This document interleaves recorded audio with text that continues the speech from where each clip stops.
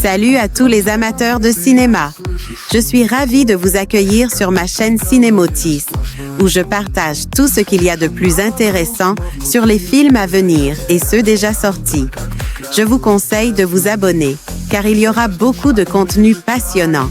Et c'est parti. Bonjour à tous, et bienvenue sur ma chaîne. Aujourd'hui, je vais vous parler d'un livre qui m'a profondément touché, Le Dragon de mon père. Dans cette vidéo, je vais partager avec vous ma critique de cette œuvre, en explorant ses thèmes, ses personnages et l'impact émotionnel qu'elle a eu sur moi. Je vais également discuter de la manière dont l'auteur aborde des sujets universels tels que la famille, la mémoire et le passage à l'âge adulte. Restez avec moi pour découvrir si ce livre mérite vraiment sa place dans votre bibliothèque. Le Prince Dragon. Dragon Blood. House of the Dragon. Les créatures mythologiques n'ont jamais eu autant le vent en poupe. My Father's Dragon, dernier ne des studios Cartoon Saloon, Le Chant de la Mer, Wolfwalker, réalisé par Nora Twomey, Parvana, n'est pas en reste.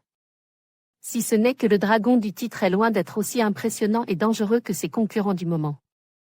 Adapte du bouquin éponyme de Ruth Chris Manganette, le film raconte l'histoire d'Elmé, le père de la narratrice, donc, une jeune garçon qui quitte la campagne avec sa mère pour aller s'installer en ville et ouvrir une épicerie.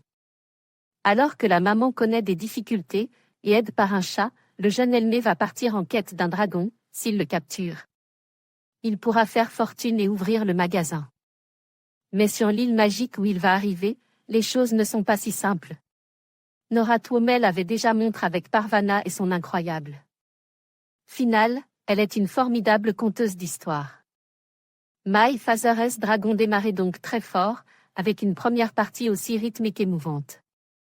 On s'attache vite aux personnages et à Elmé en particulier, grâce à des personnages secondaires bien pensés mais aussi grâce à des choix visuels. L'opposition entre le gris de la ville, avec ses décors à la Will Eisner, et les couleurs du héros nous donne envie de le suivre, vite, dans son aventure. Sans se poser de questions, Elmé va donc chevaucher une baleine, traverser une mer et rejoindre une île magique qui s'enfonce dans l'océan, le tout pour espérer trouver un dragon. La surprise sera de taille quand il découvrira que le dragon est une créature qui lui ressemble, un jeune dragonneau un peu gauche. Incarne avec brio par Gaten Matarazzo, le Dustin de Stranger Things. Sur place, le parcours est plus classique, un endroit mystérieux, des créatures colorées et des sidekicks rigolos.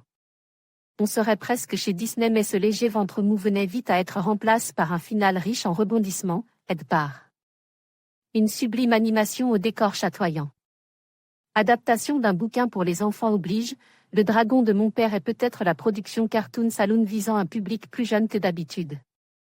Tout y est mignon, colore et même les méchants singes ne sont pas vraiment méchants. On est loin des horreurs de l'Afghanistan ou de Cromwell voulant s'en prendre aux Irlandais. Ça n'empêche pas le résultat d'être joyeux, il plaira à coup sûr à vos enfants.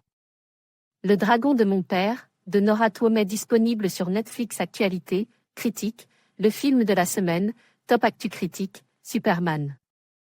Jeudi 10 juillet 2025 à ne pas manquer, Actualité Red Sonja, la bande-annonce jeudi 10 juillet 2025 Actualité, nos vidéos, rencontres.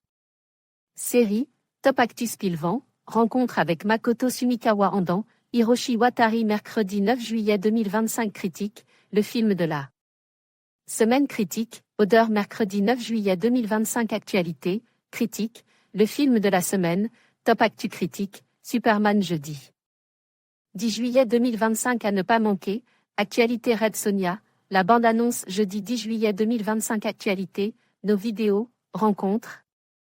Série, Top Actu Spilvan, rencontre avec Makoto Sumikawa Andan, Hiroshi Watari mercredi 9 juillet 2025. En conclusion, Le Dragon de mon père nous offre une réflexion poignante sur la relation entre un père et son fils, tout en explorant des thèmes universels tels que l'imagination, la perte et la quête d'identité. À travers une narration riche et des visuels captivants, le film parvient à toucher le cœur des spectateurs, les invitant à se reconnecter avec leur propre enfance et leurs rêves. Ce chef-d'œuvre mérite d'être vu et discute, car il nous rappelle l'importance de la famille et de la mémoire. Merci de nous avoir rejoints pour cette critique.